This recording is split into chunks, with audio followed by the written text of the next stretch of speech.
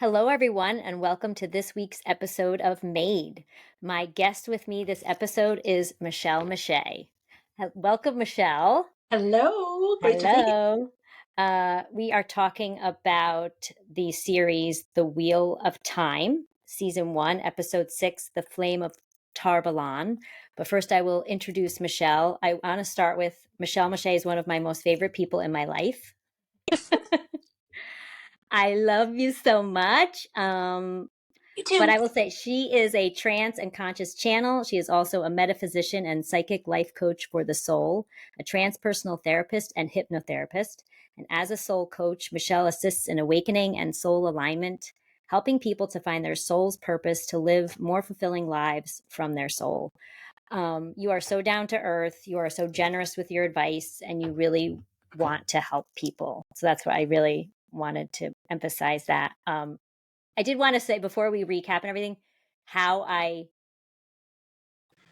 can't say met you. I guess met you, but I follow Boho Beautiful, the couple who do yoga, and they have a YouTube channel and they have a platform, and they were going to be on your podcast, and they were letting everyone know they did a lot of podcasts. It was the summer of 2020 or like spring of 2020, and that they brought me to you That's to your how. podcast, and I have to say, I know there are millions of podcasts, but you were one of the first. You think, when did you start your I podcast? You started think 2007. 7? Oh my gosh. Your podcast is called Awakenings with Michele Meiche. You had that term way before anyone was using it. Now it's all over the place. So I have to emphasize that. And just as soon as I heard you, there was something really calming about your voice and familiar. And you do remind me of my cousin and my aunt voice, but I thought your podcast was so cool. You talk at the beginning and then you record it live, and you take live callers who can ask questions, and you do readings, and then you have your guests. And I just was hooked immediately. I love the And callers calling in. I love yeah, the guests too, but I love the callers. yeah. And then I think it was the following year, maybe, yeah, 2021, for my birthday, I gave myself a reading with you. And that's when you were like, wait, you're Yes. an editor. I'm like, what? Anyway, I won't go into all that. So, Yeah, but that was pretty cool because I'd had you in my meditation, and then yeah, you called for the reading. Yeah, yeah. And the rest is history. So, history. I was thinking that too. okay. All right. So let's get into The Wheel of Time. I had never watched it. It is on Prime. It is great. I haven't watched past episode 6 because I have not had the time to. But for those of you who don't know about it, I'm going to give you a synopsis. It's from Wikipedia. The Wheel of Time, I think it's based off books, I believe. And it follows Moraine, right? Moraine, a member of the Aes Sedai, a powerful. Just laughing because Listen, I called you. I just finally figured out how to say it on the second season, second to the last episode, because they finally pronounced it clearly. So yeah. clearly, yeah. A lot of names near are hard, even for the speech pathologist. Okay. Aes Sedai, a powerful organization of women who can channel the One Power. That's all. That's capitalized. One Power. With her warder Lan, she seeks a group of 5 young villagers from the secluded Two Rivers region of Andor, following an attack on their village, believing one of them is the reincarnation of the dragon, an extremely powerful channeler who broke the world. The dragon reborn is prophesied to either save the world from a primordial evil known as the Dark One, or break it once more. So that's the series synopsis. This episode, The Flame of Tarvalon, that you chose, I have a recap from, it's called The Review Geek. And this is really funny. The name of the person who wrote this recap is named Greg Wheeler. Oh. Wheeler. For So I cut some of the stuff he said. I shortened it a little bit, but the episode begins at a place known as the Fingers of the Dragon in the nation of Ter. This vast connection of waterways is occupied by a young Suan. Suan, that's I think how you say her name. Suan Sanche and her father Burden. I thought it was Barden. Okay. Suan excuse me, exhibits signs of wielding the one power, which is forbidden to be used here. So she's forced to leave. Also, their house gets burned down, and Yeah. excuse me. Fast forward to present day, and our Aes Sedai are all arrive at the White Tower, fronted by none other than Suan Sanche. Sanche. She sits in the Amerlin Yeah. Amerlin seat, Amerlin, Amerlin. the head of All these all made up names, right? Aes Sedai. She commands Logain to be brought in. He pleads to be killed, but instead he's taken away and imprisoned. He's the one claiming to be it, the dragon. He's the false dragon. In his absence, Liandrin takes the brunt of the blame for mishandling their magic powers. After the death of one of their own, using magic to subdue him goes against Aes Sedai ways. When Liandrin learns she's going to get punished, she shifts the blame across to Moraine and throws shade at her actions. It's kind of funny. Greg put that in there. When Maureen is questioned, though, she refuses to disclose the purpose of her travels. Suan interprets that as a challenge. For now, they're to wait 24 hours and then judgment will be served. After their frosty meeting, Lan brings Moraine to Matt and Rand. When Rand confirms that Matt has been delirious and in a bad state for a month, Moraine works her magic. She finds the dagger taken from Shadar Logoth and uses her magic to take out the tainted evil within.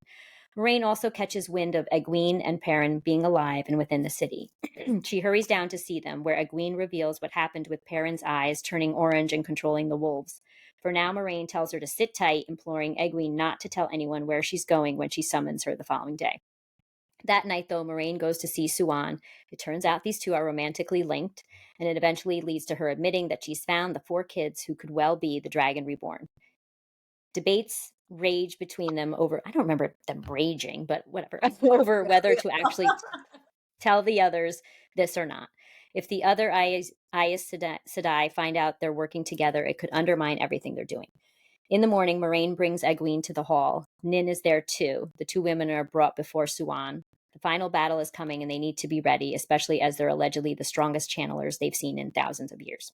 The time comes for Moraine's judgment to be passed. The Aes Sedai gather as Moraine is exiled from the tower. As she rides out, all our characters join her too, reunited once more. Lan joins them, of course, alongside Loyal, I believe, as they find out their destination is the Eye of the World. The Dark One's prison lies there, and whoever this Dragon Reborn is, they're tasked with finishing the job and stopping him before the darkness spreads across the world and destroys everything. As everyone enters the portal conjured forth by Moraine, Matt stays behind, much to the horror of all inside this portal. So why did you choose this series and this episode? Okay. Well, part of it was I was looking for another one actually, where it's a group of them with the one power, and you see all this light, and they're moving it around. And of course, because I finished it now. I finished season 2. Mm-hmm. So then I was scrolling back, and then I thought, oh, I do love this one. It's so magical because of the young girl who has the magic. She's connected into the one source. And that's the other thing, what I really like this show is it because it's all, I don't like the good evil. I think that's like, I don't believe in that necessarily, and kind of think it's overdone. However, that one source, one power, and as a channeler, I mean, we channel energy, we channel light, is information.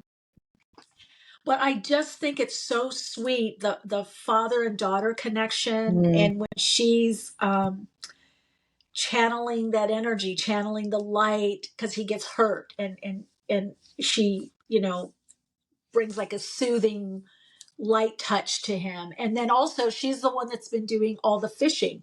I don't know if you caught that. Yeah. And then in fact, when she's leaving, she says, "How, father or papa, how are you going to fish?" And he's like, "Oh, don't worry about me." But I just love that. And I love the portal.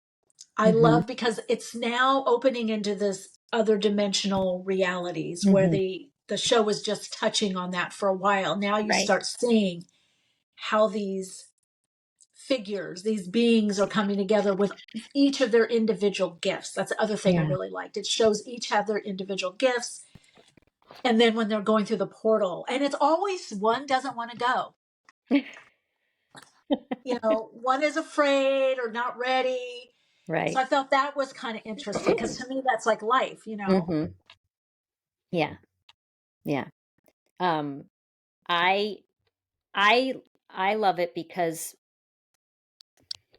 in a way, even though the women are powerful, so I like that. And Yeah, I like when they're in the village in like I guess that's the first episode, and they get attacked. The women and the men are fighting next to each yeah. other. So I liked. I hate the violence, so I realize I, I have a lot I of trouble fast watching that. now I Yeah, fast forward through it. yeah, I I can't. don't watch the fight. Yeah, in fact, towards the end, the second season, there's because it's culminating. There's a lot of Mm. spoiler alert. There's a lot of fights that I just fast forward through, Yeah, But I've always done that. I mean, I yeah, love the story and the storyline, but you see this story and storyline play out in other shows, other movies over and over, but it plays out in life too. yeah, yeah. I think the one couple redeeming things for me, qualities or focus, is that talking about the wheel of time and Hmm. that this wheel just keeps going and Yeah. it's different layers and different levels, different villages, different provinces, it's different dimensions, Hmm. and that is life. Yeah. So I thought that was pretty profound, and then the idea of the light, the one light or one source. Yeah. So I thought, and I just think, what, for human nature, there always has to be that fighting, that good and evil. People are still stuck on that, in the Hmm. fight scenes and stuff. Um, yeah, so I'm with you. That's Yeah. part I'm not. I like the magic. I like the Yes, magic me when they too. work with the light. Yeah. And like one guy, I don't know if it showed in that episode, is connected to the wolves. The one that his Yes. eyes Aaron. change. Yes. Yes. So Yeah. I love that. And then Hmm. and that he gets his wolf buddy eventually, and Hmm. part of he's obviously human, but he has a wolf pack, and so I like that Yeah. Yeah. kind of magic. And I guess you could say fantasy. yeah, me too. I did love that part of it. And I loved, I don't remember, I don't think it was in this episode. Which one was it? Who was left with this group of people? They're not violent. So like to fight violence, they don't, they're like, they use peace and Oh they won't yes, like fight back. And yes. what did she say? Oh man, now I forgot. And it wasn't this episode, but I loved the way she spoke about life. And I think her daughter had passed away, and she said, "Well, if I'm lucky enough to be with her again in a different lifetime." And I loved that part of it. I also love the costumes. Oh my Yes. gosh! So I went into a little bit of a dive, not too deep, but well, first my first notes were the White Tower was just gorgeous, and I had to find out if this was a real place, if they built it. So it says the Wheel of Time is filmed in a few different locations. Most of the first season scenes were shot in the Czech Republic, Slovenia, Croatia, and Spain. The production's main hub of operations is Jordan Studios, a massive complex that Amazon built for the show in the Czech Republic city of Prague. So I think they built the White Tower. They built Mhm. it. And probably a And lot of CGI. yeah, yeah. Especially when they show them channeling. They show the like Yeah, yeah. smoke or whatever it But looks like. with you, in fact, a friend of mine, I was telling about this, and she was saying, "Well, what else do you really like?" And I said the same thing. I said the villages, Yes, because I they're feel I remember beautiful. myself being there. The villages, I love the thatched roofs, and I Yep. love the costumes. Hmm. And what was so interesting in this, well, all of the Wheel of Time, all the episodes and seasons, you could really see the fabric. I don't know if Yes. it's how they lit things, but the colors were so rich. Yes. You Rich, could rich see colors. detail. I don't know. They must Hmm. have done it by lighting or something. I don't know. Or maybe it's post production. I don't know. But Well, the costumes are very, very rich. there is a Facebook group dedicated to their costumes, and I joined it. Oh, really? Oh Yeah, my it's just God. to their costume. I thought I put a link here. And then I found through that, because I was Googling costume designer, costume, and it really wasn't coming up. I found the Facebook group, then someone in the Facebook group posted the Instagram account for the costume designer, who's named, I believe, Sharon Gilham. Wait a minute. Sharon, it says Sharon _Gilham _costume _design. And she is the costume designer. I mean, I don't have a lot of followers, but she only has 2,000. Like, this woman should have. It's weird. Yeah. It was like hard to find her though, so maybe she doesn't want to be found. Yeah. Well, she's I don't probably know. too busy on Yeah. designing and drawing Yeah. and painting and doing whatever else she does to be on social media. Yeah. I saw a couple from Reddit. I don't know. I find Reddit to be obnoxious. Like tearing the It can be a costumes little bit of a apart. rabbit hole. I bet you can get some good information on there Well, too. I just saw a quick thing and they were like, these costumes look cheesy. I was like, what? Anyway, I know. I thought The I just tones of them, the absolutely loved vibrancy, the the costume. tones. Yeah. When they were at the ceremony at the White Tower, oh my gosh. And Suan's outfits and what they put in her Yeah. hair. I mean, I told my mom she has to watch this because she loves stuff like this and she'll love the clothes and everything. So Yeah, the clothes are I just amazing. dropped my pen. And actually, I think they really, I mean, obviously everyone would get ideas from different, movies and shows. Mm-hmm. That I do think there was a distinct look and vibe, an Mm-hmm. individuality, Yes. and which I think is hard to do because in this genre, Yeah. where do you come up with something different? But I think that Different. they did. I really do. I think the men are very good looking. So I was happy about nice eye candy. Yeah, I hope Matt, I mean, don't tell me. I was hoping Matt comes back because I like to look at him. And I like Rand and Lan. like Yeah. give me all. Lan, yeah. Oh Yeah. my gosh. And I didn't realize, oh my gosh, now I'm blanking out her name. Moraine. Oh my gosh.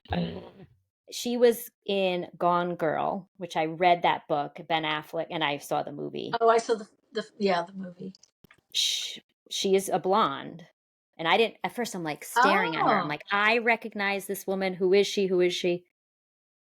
Gone Girl. Come on. Here she is. Rosamund Pike plays Moran. Yes. Moraine, sorry. She's in a lot of offbeat. Yes. stuff. And she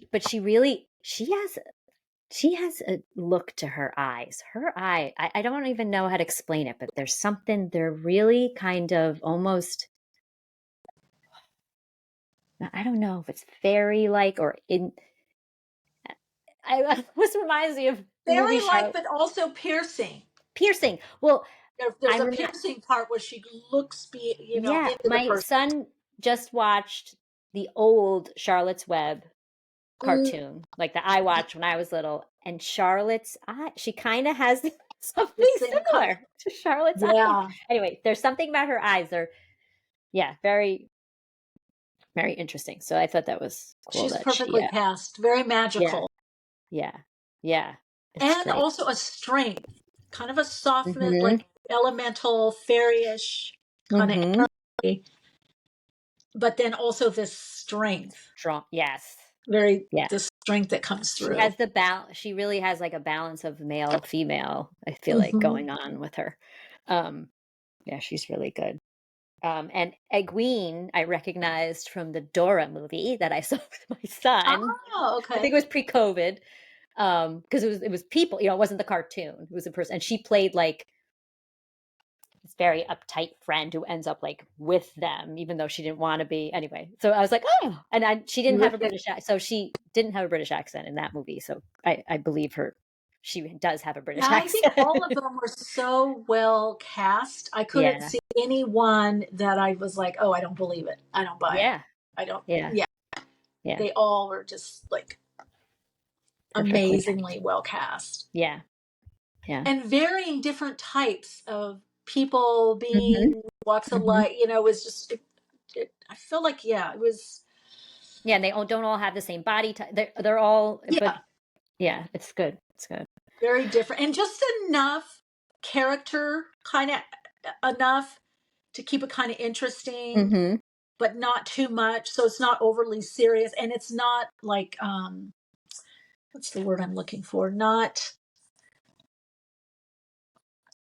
when stuff is like too silly, Yeah. too kind of silly, too kind of Yeah. stupid. I don't remember. I can't think of what I want to say, but yeah, Yeah. it didn't have that element, because sometimes the Mhm. fantasy stuff can go in It's that direction. overdone, Yeah, almost like overdone or whatever. Yeah. yeah. No, I think it's really good. Um, so just switching into, I mean, how did you start doing what you are doing, which you are doing a bunch of things actually, but you didn't start off this way. I mean, yeah, I need to Yeah. tell the story. I know it's Well, long. kind of do a lot of things because I've studied a lot and trained a lot because of my interests. And so if I Yeah. get interested in something and then I think, oh, I could take this further, or maybe I could use this to help people. Mhm. Um, but as far as being highly intuitive or really psychic and being in contact with the spirit realm, always, Yeah. always. Had a near death experience at 4, was seeing guides, ghosts, have experiences with poltergeist. When I was a lot younger, like elementary school or even teenage years, the things that I would predict would be, it was like your boyfriend cheating on you, or, Mhm. or somebody's pet died or was going to die, or somebody was going in the hospital. I mean, very, kind Did of this relative scare to the you? This age. didn't scare you at all because you always was there? No, no, because I felt so comfortable, and taken care of by this realm. And I always had a very strong connection to God. I used to talk to God all the time. I could Mhm. feel that energetic presence around me, Mhm. um, all the time. And then with any animal beings or pets that I had, I just knew there was always this other kind of worldly or other Mhm. dimensional connection, spiritual connection.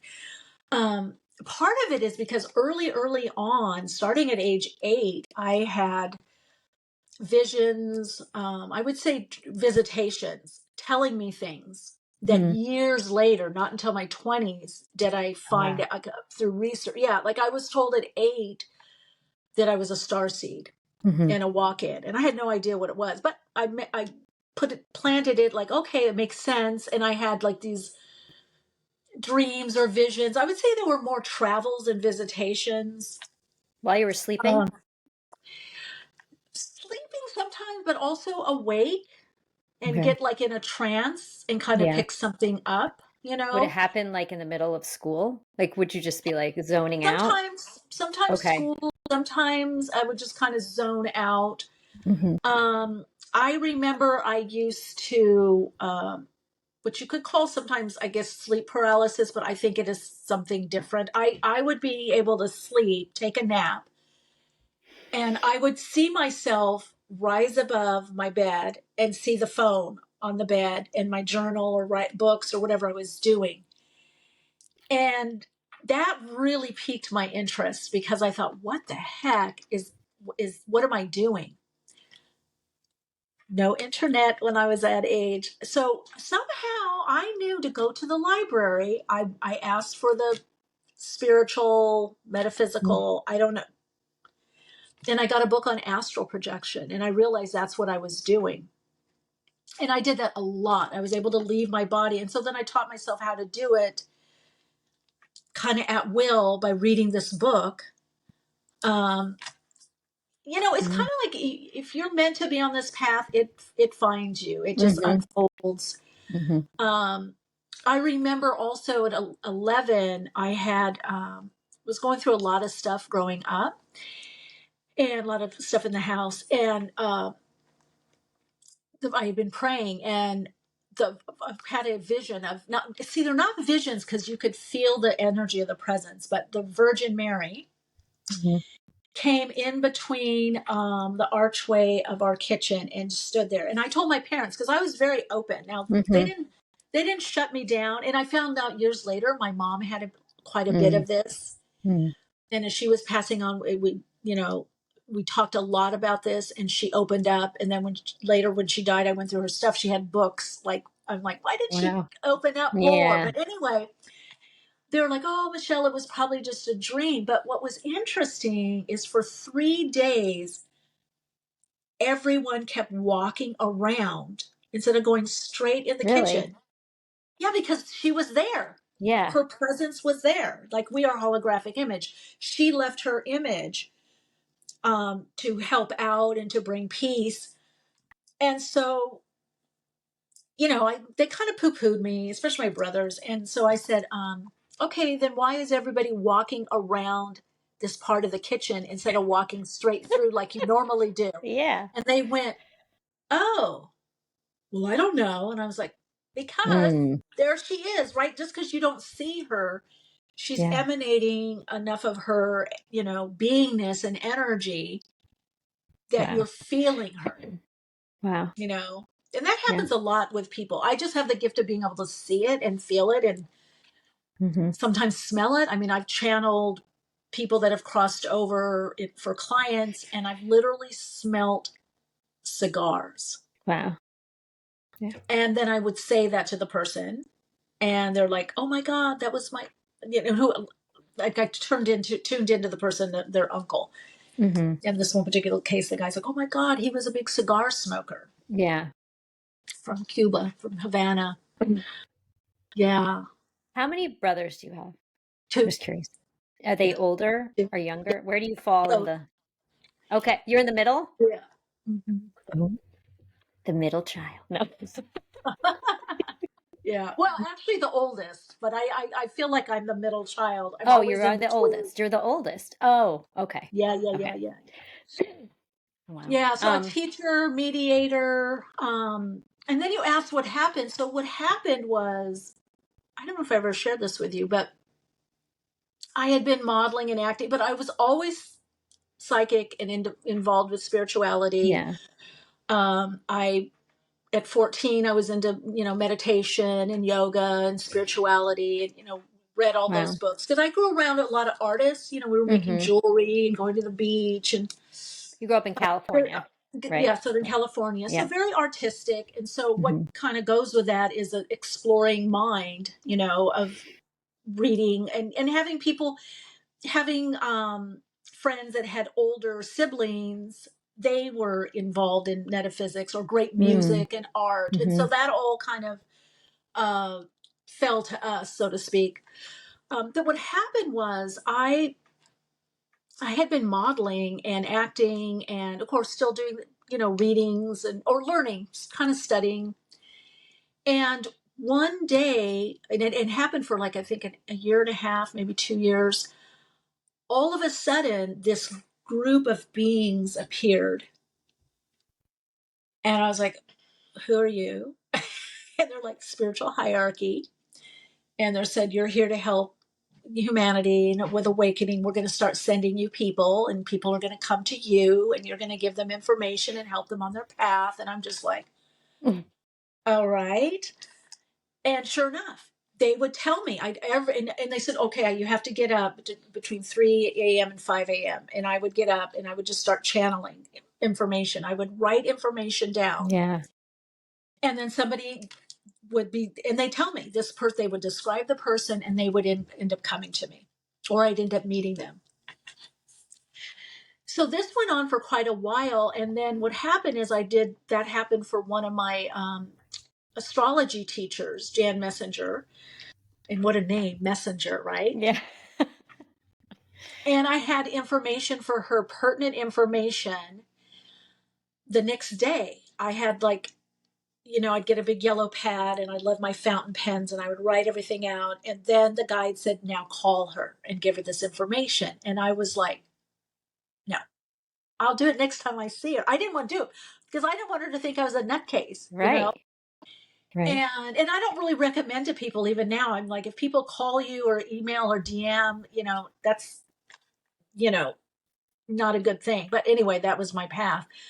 So I waited and waited all day long until about 5:15.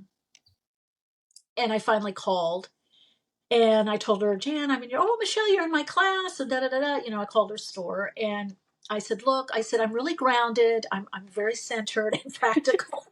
I said, I wouldn't believe in this, except it's happening to me. And she's like, what? Well, I'm a channeler. And so I explained everything. And then I said, I have this information for you. And she was very dubious, and to say the least, in the beginning, until I gave all the information I had.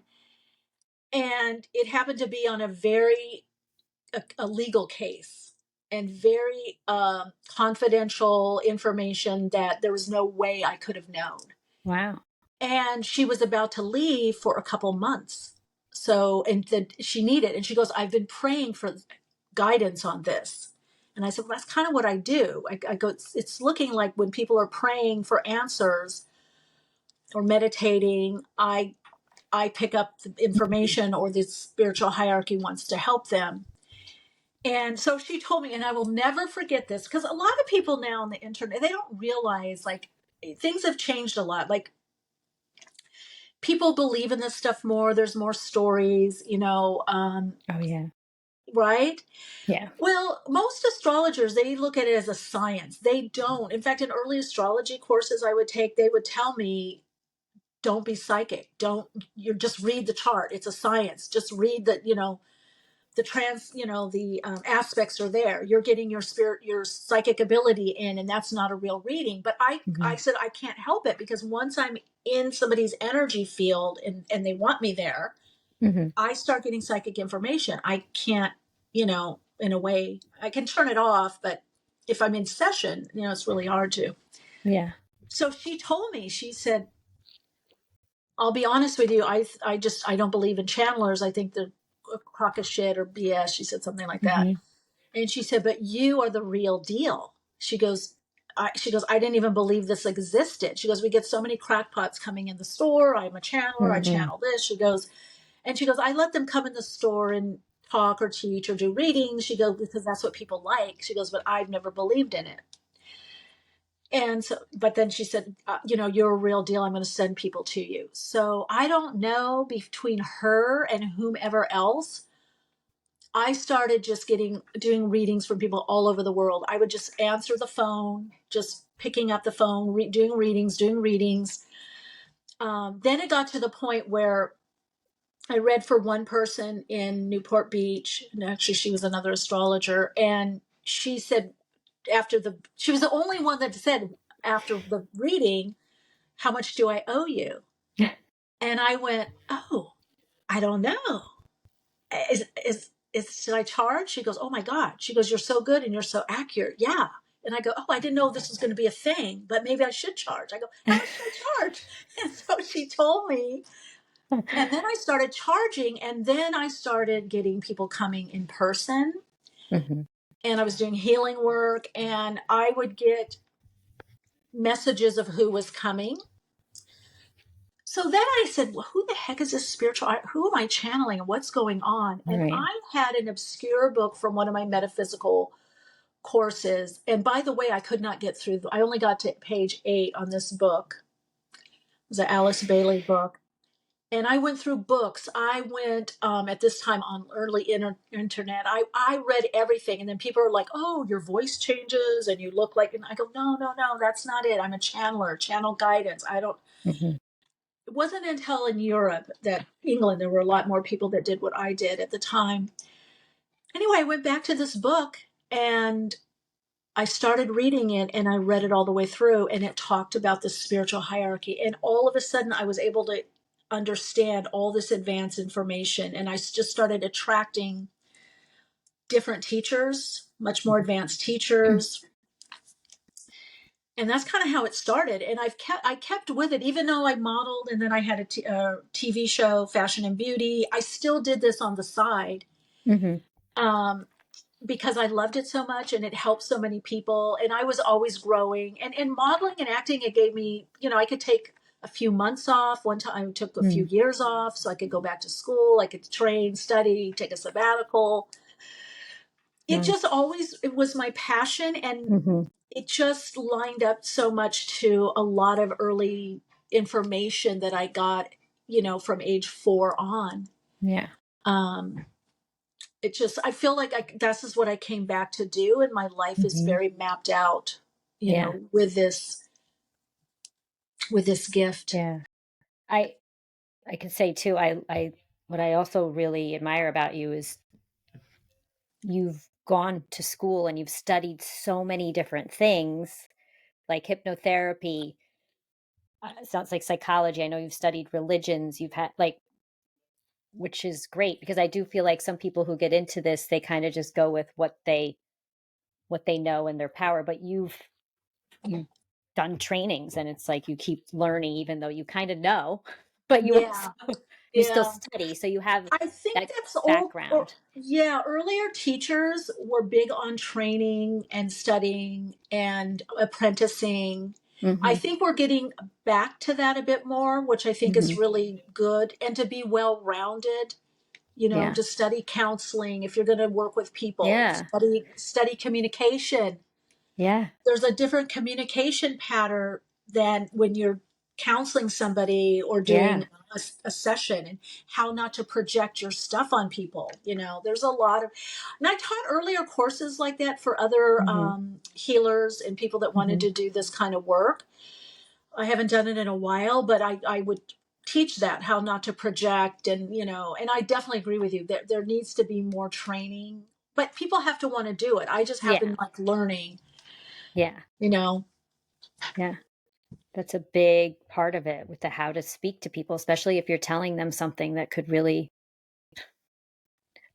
shock them or hurt them, or like helping, you Yeah. know, you're guiding them. You really are a life coach. You're guiding them through things in their life. So, and I think Yeah. you do it so well. And, like I said, very comforting. And Well, it's it's all about just, coming back to help with the soul alignment, you know, yeah, in this part of the awakening, people awakening to their soul, and living less from wounding and yeah, kind of overly ego focused. So yeah. I wanted to ask if you remember, so, because I know sometimes when you, so basically this past week, now this will be uploaded a couple weeks from this week. So it was November 1st episode of the podcast this week. And in the beginning, when you did your talk, you were talking about the state, like right now, where it's a little scary out there. There's war going on, and who knows what's going to happen. And I really like, you do talk about this a lot. By labeling yourself, saying I am one way or the other, it's very polarizing and it's not really helping. And I don't want to get too political or anything, but I really loved what you said. And that you were saying, like, oh, people say protest this, but really, what can we do? Because there is a helplessness feeling, and mhm. there's a guilt. Like, should I be thinking about this all the time? Should I be worrying about this? But what can I do? And should I do this? Should I do that? And I do believe in what you said. I believe you said raising the consciousness and really sending out love. And like, also be mindful. Where do you put your money? Where are you putting your energy? And the putting out there like anger, or I mean, you can put out there that you're sad or whatever, but if we can put out there more love and happiness, we can raise the vibration. I know myself, Yeah. woo, Well, but it's it's, more also though, Jacqueline, it's more about what we do in our life, healing our own hmm, wounding. And I think there's yeah, a common sense aspect of this because we've always done war, or we've yeah, bounced from left to right, or I would say Tory. What's the other one? There's the Tory party and the Labor Party and the Democrat, Republican, whatever that yeah, is. yeah, And it gets us in the same place. I think all of those things are part of things that humans do. But what really creates change, lasting change, is a a expansion in consciousness awareness. I think it was, I don't know if it was Carl Jung or Einstein said this, but you don't solve the problem from the same mindset that the problem was created. And in a yeah, way, and I learned this in hypnotherapy, also school, because a lot of the processes we would do have to do in changing mindset. And I've actually had situations where people have had to have back surgeries, and then through the hypnotherapy they didn't have to have it, or an autoimmune disease completely mm, went away, or cancer. I'm not saying everybody that gets a disease or something's right, wrong, because sometimes that is our path, yeah, but how we deal with it, it's usually some kind of change in perception. And so I hmm, feel like this time with this awakening, more and more people are going to get that, right? That it's, we've done it this way for thousands of years. War, take the land, do this, do that, over whatever it is, right? We've been doing that. But if you look back, the times that there's been great change and great strides for humanity, there was a shift in consciousness, right? And whatever it was that was less ideal or less life enhancing or traumatic or just bad, if you want to even say bad, in a way people outgrew. And I think Carl Jung talked about that too, that most of our problems we outgrow. And frankly, we also can get bored with them. Mm-hmm. So when we get out of those extremes of the polarity going back and forth, and we have a chance to outgrow the problem and the limitation, and then open up to new information, new knowledge, new creative solution. Yeah. So yes, and I think it's as we take care of ourselves and heal ourselves and those around us, and like you said, the money, where are we putting our time, our energy, and money? I don't mean put your head in the sand. I think people need to be aware. Yeah. But I do feel that we haven't had stuff like this. See, people keep, and it does kind of bother me because sometimes people, you'll see it on social media and they say, oh, that doesn't really work. Get out there and march and do the streets. Well, we haven't had podcasts like this talking about this stuff. We haven't had groups that people are meeting all over the world through the internet. We haven't had that. And yeah, March, you have to do all that. And there's people that's their jam, that's what they want to do. And but that ultimately that's going to create awareness, but it's not going to create the change because it's of the same consciousness as the fighting, right? It's of the same level. Right. Yeah. So it brings awareness, so it has its place. But for instance, like some of my clients have had, they've created charter schools for children. Their children are no longer in school systems that frankly just are like glorified babysitters. It's those differences. It's creating the parallel economy, the parallel belief that ultimately is creating the amazing, optimal change and awakening. Yeah. Which anybody could do. Anybody can do. Yeah. Yeah. Got to get more like that. And then also too, just the blame of something, or if like we take this side. No, we all want the same thing, don't we? We all want peace and be able to do what we love, right? And blaming a party or a president or this or that. Yeah. Even if they're to blame, I mean, where does it get you though? Like, what I mean? Yeah. Also, they're not going to save us. Yeah. Sorry. We have to do it. Yeah. We have to do it. Yeah. Well, there's something coming after this rude awakening. We're in the rude awakening. I've been talking about that since probably 2010 or so, 2011, that we would be going in this phase. Well, after that, there's a remembering. There's going to be a lot of gathering and coming together. But a big part of what's coming out of this rude awakening is going to be more of this understanding of what people can do individually, how people can and are making a difference individually. And what it's bringing, and this is called the third way or third wave, because if you think about it, and again, I do find advanced metaphysics, at some point, there is a level of common sense. All of us know this. When we have a problem and we're trying to, should I do this or should I do that? We go right back and forth. That's what's happening right now, so much in humanity. It's never one or two. Something else comes in always that's better, that you're like, oh my God. Yeah. That's what it is. But that does take, contemplation, meditation, pausing. It takes listening to other people, or it just takes a pause. Like maybe I don't have all the answers, even if we're right, even if you're right, because there is, and I get it, righteous indignation. We could be very right about something, but it may not create a solution just to stick how right we are. Sometimes I think you just have to know inside, I am right. Okay, but what do we, what do we do? What's next? What do we do? What's the outcome we want? Like, right? Where do we want to get to? Yeah.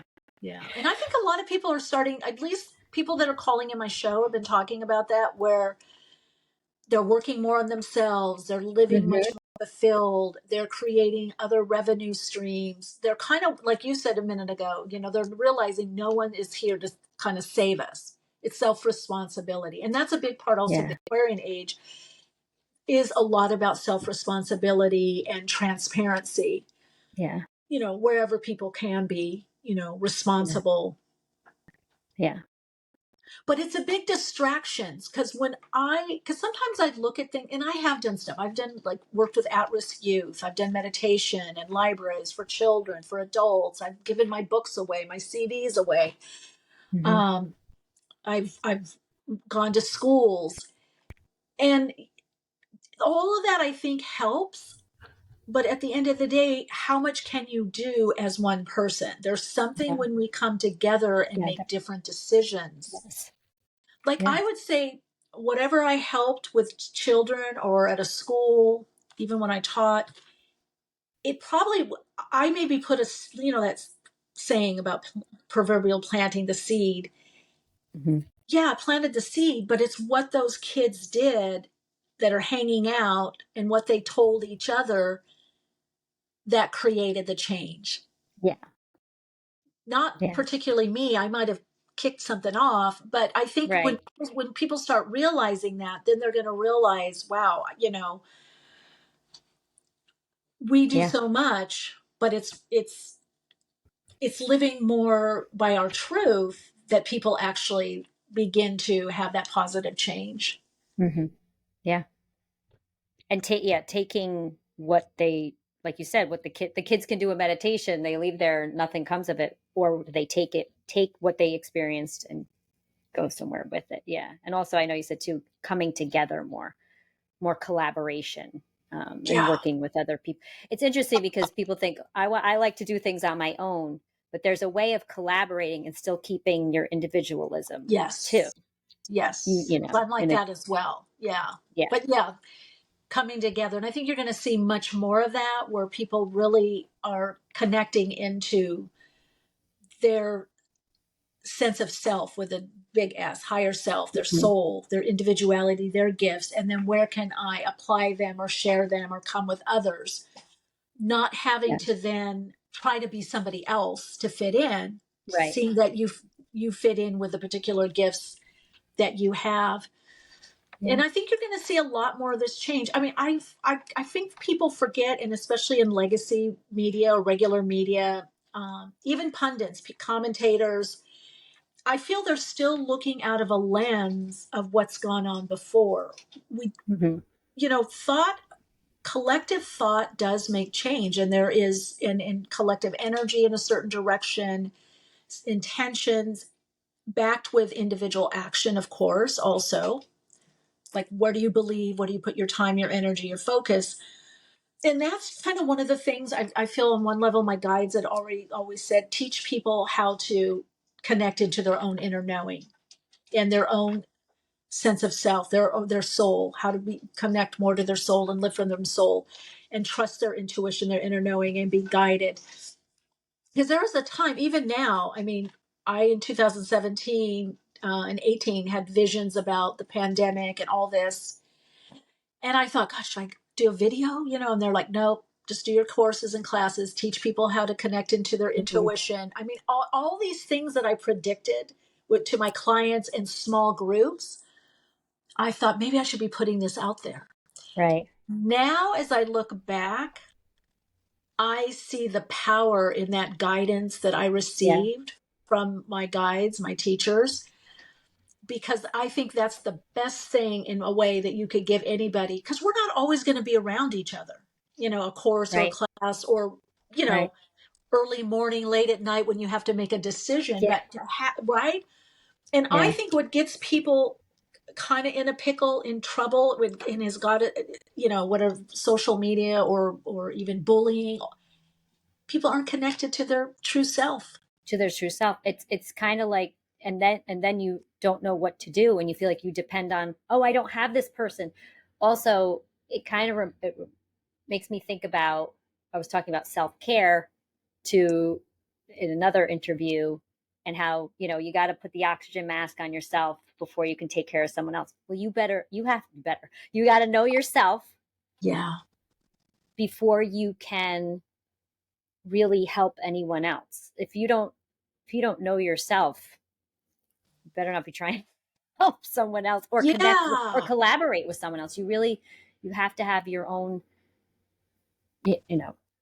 tools and everything to get through things, or else you will be so dependent. I mean, that's kind of like the powers that be, or, with the fear Want that. factor. It's like, Yeah. oh, I don't know what to do without them, or, not to get too political, but Yeah. No one that feels very self-confident and connected to their sense of self bullies. I yeah. think that I saw that growing up. I Oh didn't get yeah, of bullied, course. but I Yeah. stepped in a lot. Mm-hmm. And people, oh, Michele, why are you doing that? Oh, be quiet, leave them alone. I'd be like, because I had that spiritual connection. I Yeah. had that sense of self, higher self, God, soul. Yeah. And I think that people are easily manipulated when they don't have that. Oh, definitely. And then you look for, it's kind of like fashion. You look like, oh, that's in. I'm going to wear that. Oh no, now it's out. I can't do that anymore. I got to do. Yeah. That's where we're at. So the more people really connect with their true self, their inner knowing, the more they're not going to be fooled. The more they're going to know what really helps, what really works, what's really empowering.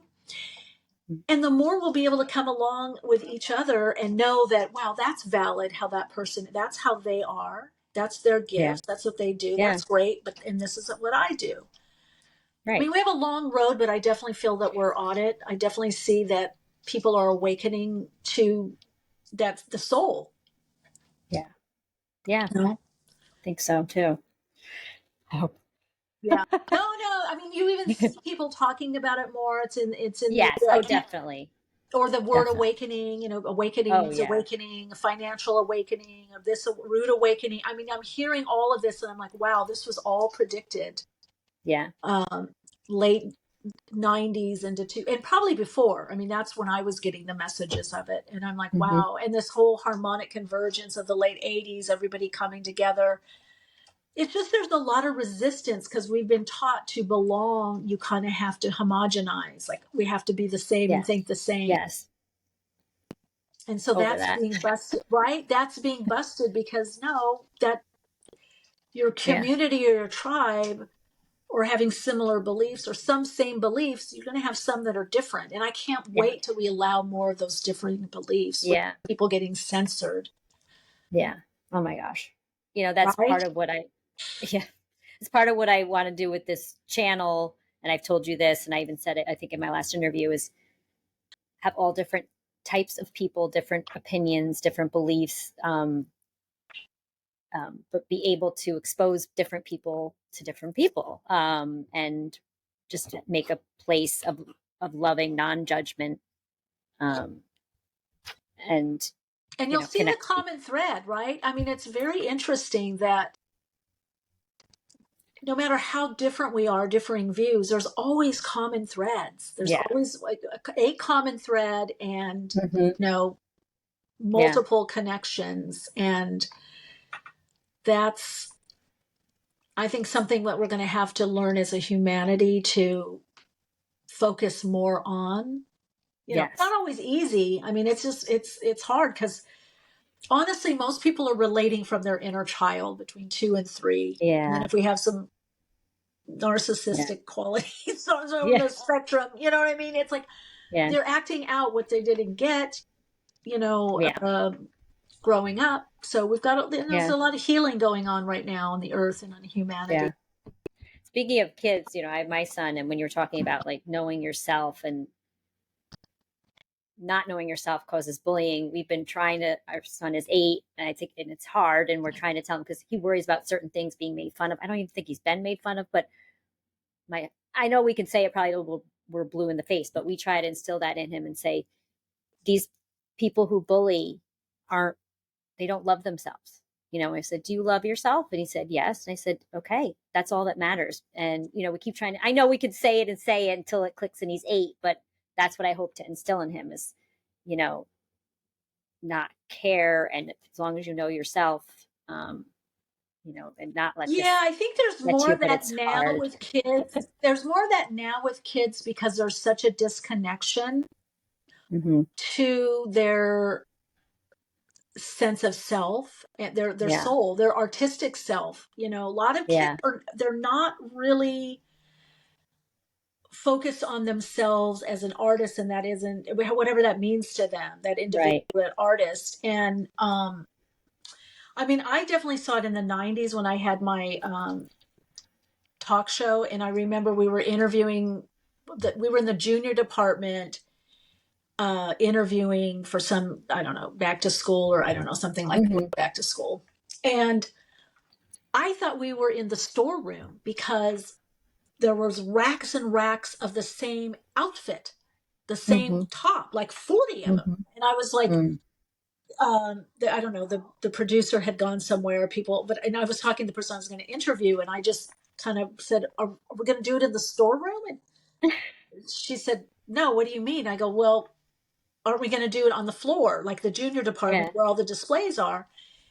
And she said, this is the junior department. And I said, this isn't the storeroom? And she said, no. And she goes, why do you think that? And I said, because it looks like it looks like stock, the Same stock room. stuff. Yeah. And she said, oh no, we have to do that because the kids, when they come in now, they ask, is everybody wearing this? And she goes, Yeah. and we've tried it. If we have, so different mentality. If like for me now, and it's in my chart, it's not just age, and I've always been this way. If everybody's wearing it, I don't want it, or I have a version of Yeah. it, but my own. And I Yeah. told her that, and she said, "Oh no, we've tried to have 5 pieces out of something or 10." She goes, "They won't buy it unless they see there's a lot of it, because then that means everyone's wearing it." And you see that now on social media. It's only Mm. ramped up as there's been less art and music in Yeah. schools. Yeah. So Yeah. yeah, but that's the one thing with kids. I mean, if you can instill, just pump that up of how their uniqueness and their abilities or natural abilities, and then when they meet someone that's similar to them, that's really Yeah. important. I think that's for me too, why I didn't get caught up in things in modeling that were very destructive, because I didn't really care, even if I wasn't the right type for something. And believe me, they're Mm-hmm. so brutal because you're like a, maybe they could be Piece very nice. of Well, they could You're be like a very nice doll. and complimentary too, but you Yeah. are a product. Yeah. So I mean, I could get, oh, you're like, your face is great late. Well, don't worry, you're gonna be wearing pants. It's like, but I'd be like, what are you getting, Michelle? My date, oh, you gained a little weight. Yeah, whatever. Because I had my spirituality, I had my connection Right. to my soul, my higher self, and I had friends that had different values. But people that did not have that, Yeah. very scary place to be. That's definitely hard. Like you were very strong and clearly, and the spirituality really helped you because that's such a hard when you're in that business. I can imagine when you're being Yeah, but you critiqued get taught that constantly. That but see, if you know that it's just like a product and everybody right. has different opinions and likes, and this in Yeah. this season, Right. curly hair's in, straight hair, the people that are Right. taller, shorter, whatever, if you can get a distance, but you Yeah. have to have an inner connection Yes. to see Definitely. that. Otherwise, you'll over identify, oh, they don't like me, or I Yeah. don't, or there's something wrong with me. I'm not getting this. And we can see this in all parts of life. And I think social media as a tool leads into that, but it's the people. Because I think social media, I think all media is great. Media is any medium, it's communication. Yeah. And social media, you're tapping in through the internet, potentially the ethers, the Mhm. ethernet. There can be some amazing connection, but it can be misused. Yeah. It can be used to uplift and yeah. I probably shouldn't. I just saw something the other day. I was like, no, it's a little catty, but I am outside too. Well, no, because it was like an ad and they were talking about fitness and muscles and I was thinking, and I totally get it. I go for it. I believe in do what you want. Plastic surgery, Yeah. hair short, Right. tall, long, whatever. Do your boat, everything is fine because, treat yourself as an artist. But Yeah. the ad was all about muscles and fitness and being fit and working out. And this person, and I won't say who it is because everybody will know, has had so much plastic surgery, so many implants. And I was like, that's kind of not fair because Yeah. it's not hours in the gym. It's No. how many thousands went into that bar. I mean, Yeah. it looks Oh great. It's a beautiful, gosh. the whole thing. But I think in the new paradigm, as the new emerging consciousness is coming through more and people are more embodying that, mind you, it may not be right away in the mainstream, Right. Yeah. but people kind of awakening up to that, like, what is truth? In other words, that's a great ad, but then should I feel bad because I don't, Right. because that's what's happening, especially to young Yeah. girls, Oh yeah. Yeah. because Yep. it's like, okay, there's even now I have makeup on and I have 3 lights. Yeah. And I love doing that, but at the Yeah. same time, it's for me to post something of me getting up in the morning. Yeah. No. Good morning, Instagram. Just woke up. Just Yeah. yeah, just smoke. It's gonna be a great day. Yeah. I have just some different random questions. I know you've lived in a lot of different places. What's your favorite place you think to live? Oh gosh, I love Europe. I love parts of Europe. Hmm. I lived in Chicago for 4 years. I love the people and I love the food. Straight people, just straight up, you know. Yeah. Um, no BS. If Hmm. Yeah, just amazing. And God, I loved England, Spain, Italy. I don't know, just different parts I think the Mediterranean. Okay. I really love. I love that lifestyle, like along the coast, beaches and Hmm. coasts. Hmm. Um, I You really like to be love. by the ocean? I love being by the ocean, but I also love villages. Mm. I love little villages. I Yeah. love mountains with a lot of greenery and Mm. I need to be near water source, Yeah. lake, a river. But I really do love. I mean, that would be second. I would say the Mediterranean. Mm. Um, I just Nice. love. Yeah. By the way, too, you speak Spanish, and what Yeah, I'm not languages? as fluent as I did before. I'm trying to get back to Uh, that because I'm going to be going to Spain. But yeah, I'm. When I go now to get food or to do something, I try to try to practice as speak much as I Spanish. can. Yeah. Yeah. Um, I studied in Spain, in Madrid, for 3 months. Madrid? What? Um, when I was in college, yeah, because I majored in Spanish and minored in French. Oh, did you? But Oh, I well, don't we have to practice pick your enough. brain about, I yeah. know. Well, now too, what happens, because I've lived in different places, I get sometimes, I'm still at the state where I'm Sorry, my trying, home phone's hello, ringing. It's just that's okay. my home phone's ringing. It's just funny But because I still don't know. I'll get a little Italian in, I'll get a little French. Hmm. Hi. Uh, You'll get a little yeah, French. I'll You get a said. little French in, I'll get a little Spanish, Italian mixed with Oh, Spanish, and then of course, mm, my English. yeah, But I was someplace last night and was speaking a bit of Spanish. I thought, okay, it's getting better, less pausing and trying to, that's good. Oh, yeah. that's good. Yeah, Once I'm there, whenever I'm there, yeah. Oh, it's about yeah. 2 months and I start speaking it. It's Oh, just, yeah. Definitely. So you're okay. You learned Spanish from well, that's family. part of my background. Yeah. So Okay, my that's what I parents thought. spoke Spanish and relatives spoke Okay, Spanish and English. and what about the Both. French? Did you just learn that, or Well, did? my grandfather actually was a linguist, so he spoke 7 languages. Wow, So my dad spoke a little bit of French. because Um, your last name is French, mhm, right? mhm. Yeah. French, German, Germanic, and Okay. French roots. Okay. But I lived in France for a while, so I had to learn, Mm, as much nice. as I could. And believe me, there you do have to attempt. Oh yeah, I went there. I think I went there twice. Did I go? I went there when I was studying in Spain, and I minored in French. But when I got there, I was like, oh my gosh, I can't even think because Spanish is on my brain. So I would always say, I'm sorry, I don't speak French. I'm American, but I do it with the best accent I could, and I Yes. got compliments. I was like, Yes.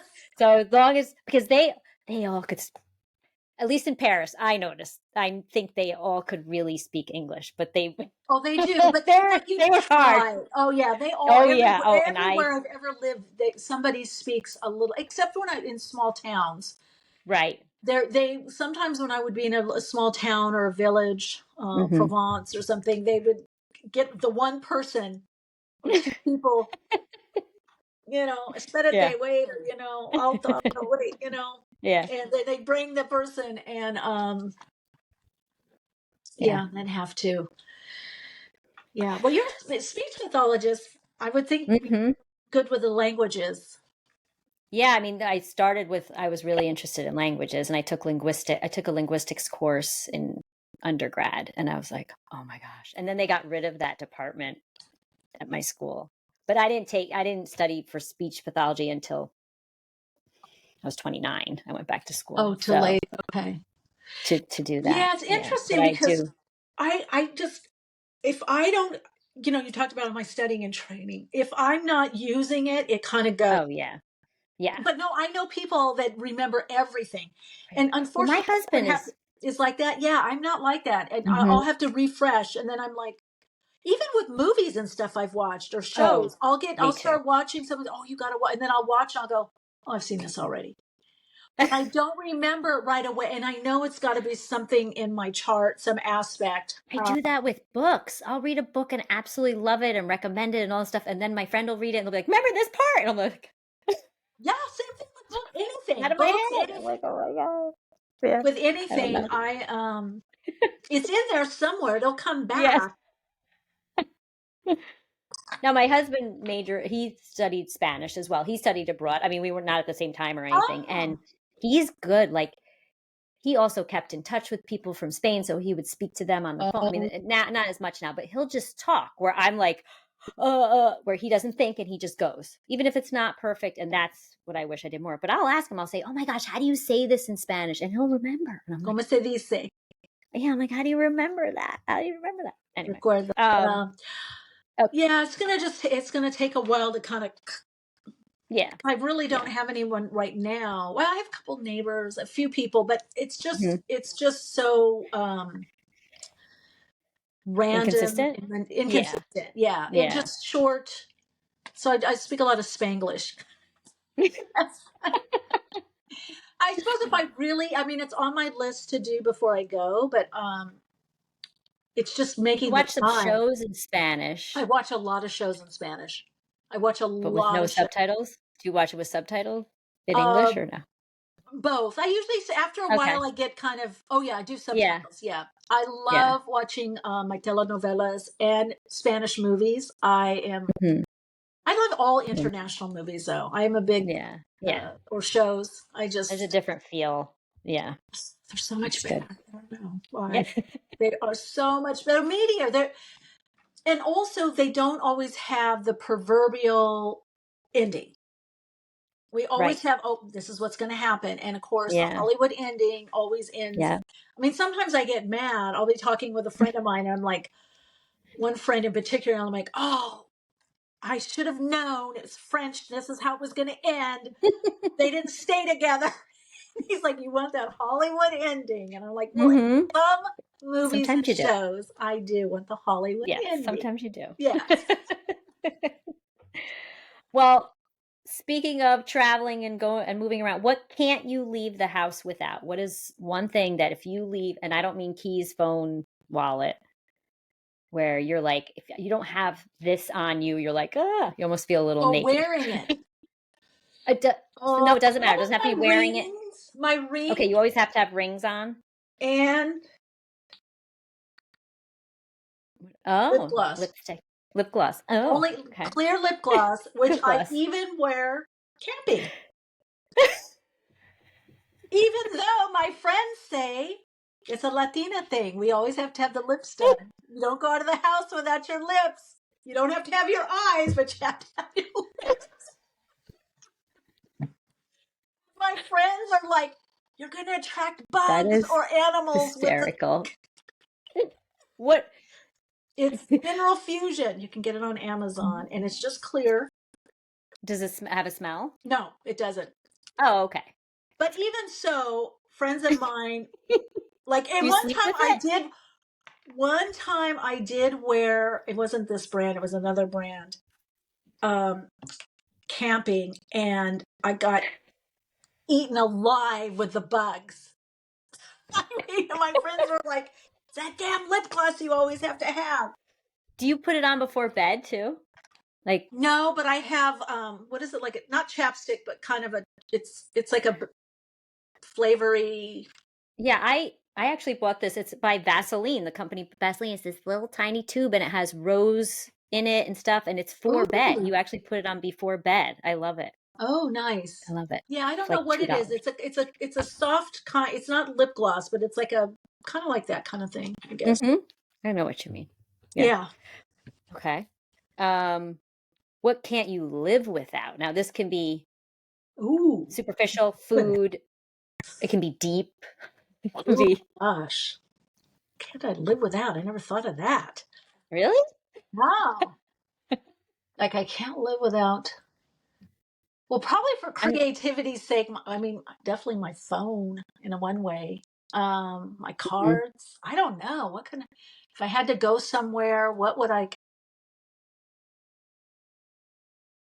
I don't know. Can't I live without? I can definitely live without certain foods because I used to fast a lot and I still do sometimes. So that's not a Like I've had a lot of. What's really funny is I said peanut butter. I mean, just on the quick thought, like about like that, and I'm like, I always have to have like more than one jar.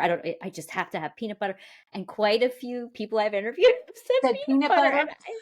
But then I had one say music. I could never live without music. Oh, that would be one. That would be music. I'm trying to think if I was like on a deserted island, right?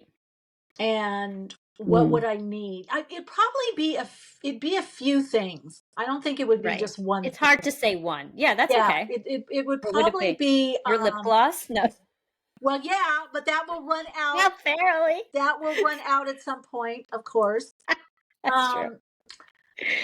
I'd have to say, like, definitely as like music for sure. Yeah. I have to have music, or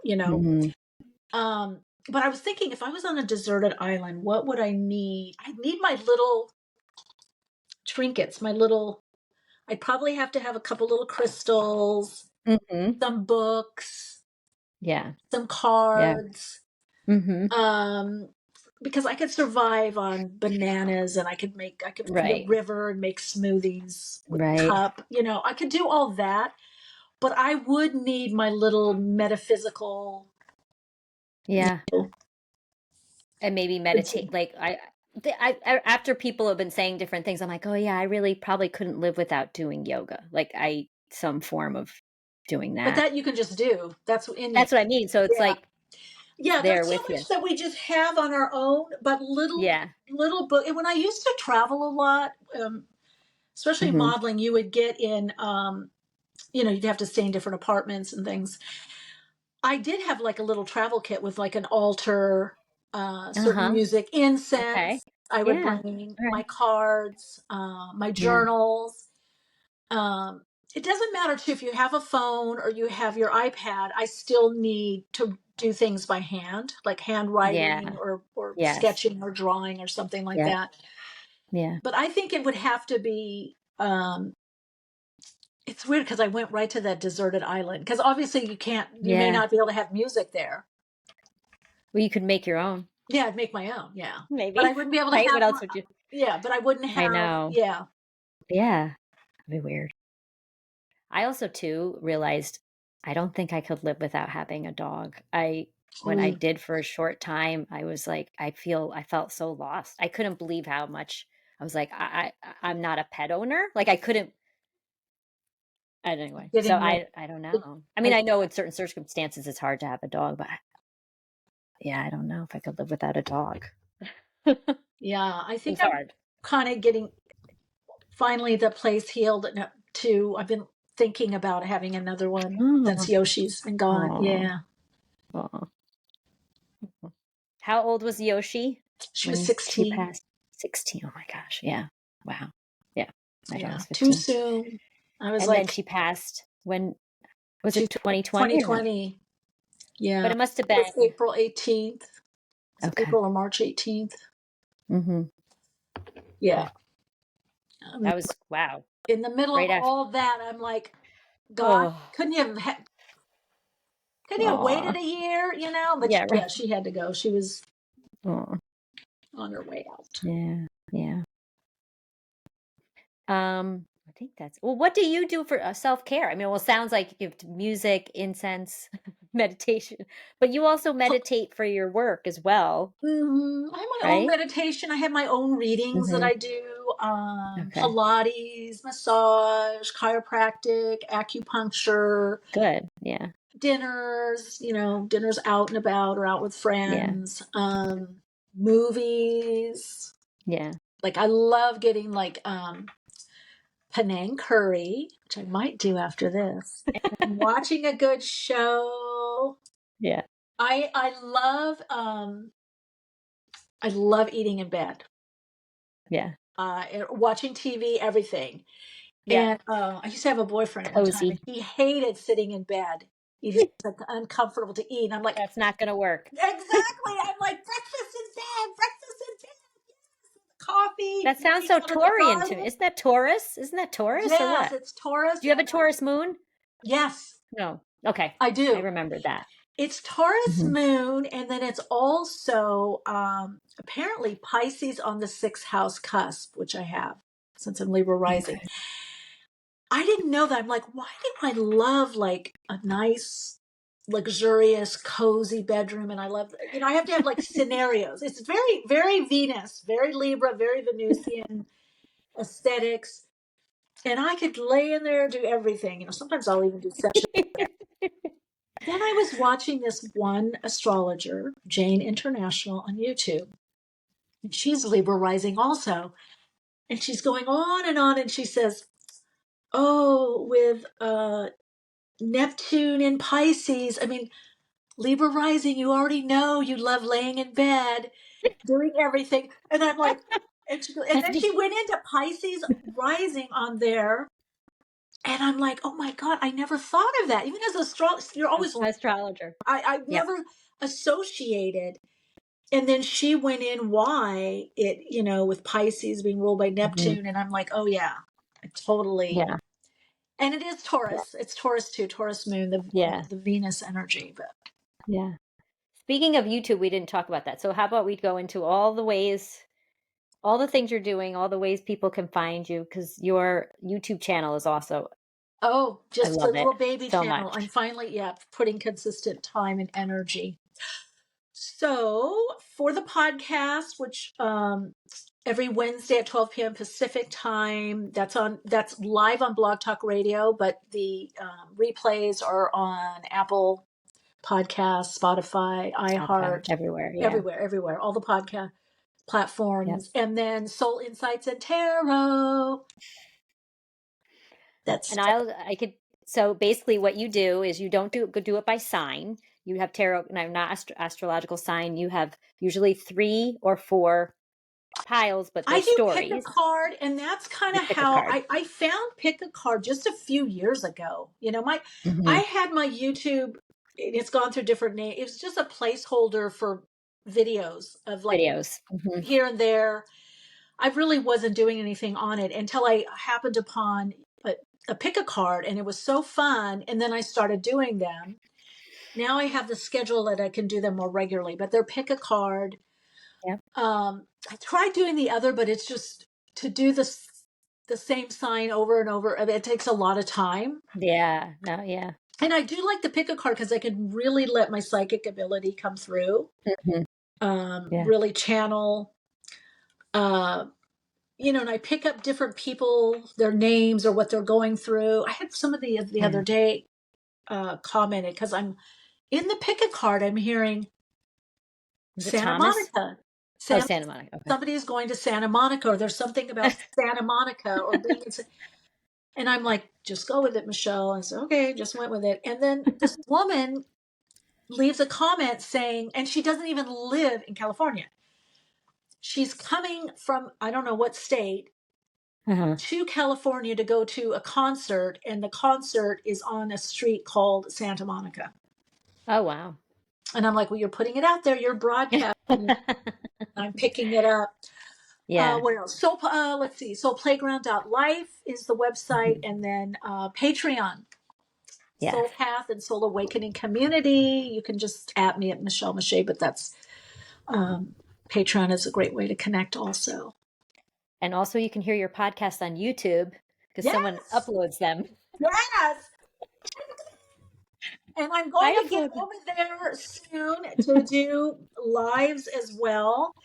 I can't wait. Like live streaming. Right? Live streaming. Yeah, to do live streaming. Yeah, because the Wednesday show is live. But there are the replays. There's replays on the replays, Yeah, on YouTube. Yeah, and it's hard. I mean, I'm on the East Coast, and so it's 3 p.m. here, and I'm usually at work. But you can, what's cool, you can listen live via phone if you want to, and then you can also go in the chat on BTR and listen through the website. You can do it through your phone too, which is nice. Yeah, and you can comment and everything. Yeah. I don't know how. I feel like you multitask. I do. You'll comment back, and you're talking to the person. I do in the background. You never know what's going on. Oh my God. I mean, that's the one thing I'm thinking about. I won't, because sometimes I'm in my jammies or sweats, no makeup on. I'm like, oh, if I'm doing the videos on YouTube, I'm going to have to. You can still be in sweats. Yeah, that's true. Nobody sees your pants. That's true. That's true. I'm in sweats right now. Yeah. Well, I'm in a sweatshirt. Me too. That's true. Yeah, I can't wait. Obviously, I'll put all the links for all those too. And you have a lot of good free resources on your website. Yes, as well. The Soul Path tools, soul support, Instagram. I forgot Instagram. People can connect with Instagram and get readings. I've been tuning in on the readings and getting messages from the guides. So I've been doing those, and those have been kind of fun. Yeah. Well, been going. You're on TikTok too, I know. But I think Instagram. Yeah, it's kind of an afterthought. I mean, I've really. I'm on Twitter too, but or X. I have somebody help me that's posting to those, and I may put more attention to it on the the TikTok, if the reels. Since they're all a little different, what they want. Yeah. We'll see. Just kind of playing with it, but I just love communicating. I love reaching out to people or. Connecting, and I always comment, love. I was just going to say, what's nice with you with YouTube is you respond to every comment. You either, which is really nice because not a lot of YouTubers do that. So I highly recommend your YouTube channel. Yeah. Your readings. Well, I'm at that level. I can. I mean, but I think even if I had a lot more, I would spend some time because to me, the whole thing is to have that connection. Yeah. And that's the reason that I'm on, social media to begin with. It's all about the connection, or whatever I'm doing. It's about the connection. Yeah. Connecting with others. Yeah. All right. Cool. This is fun. Yeah. Thank you so much. We had quite a problem getting so thank you so much for coming on. It's been so much fun having me. I could chat with you probably for I know I can keep chatting more. Say hi to Donovan. I will. All right, well, thanks everyone for watching, and hopefully you come back to meet some more people. All right, bye.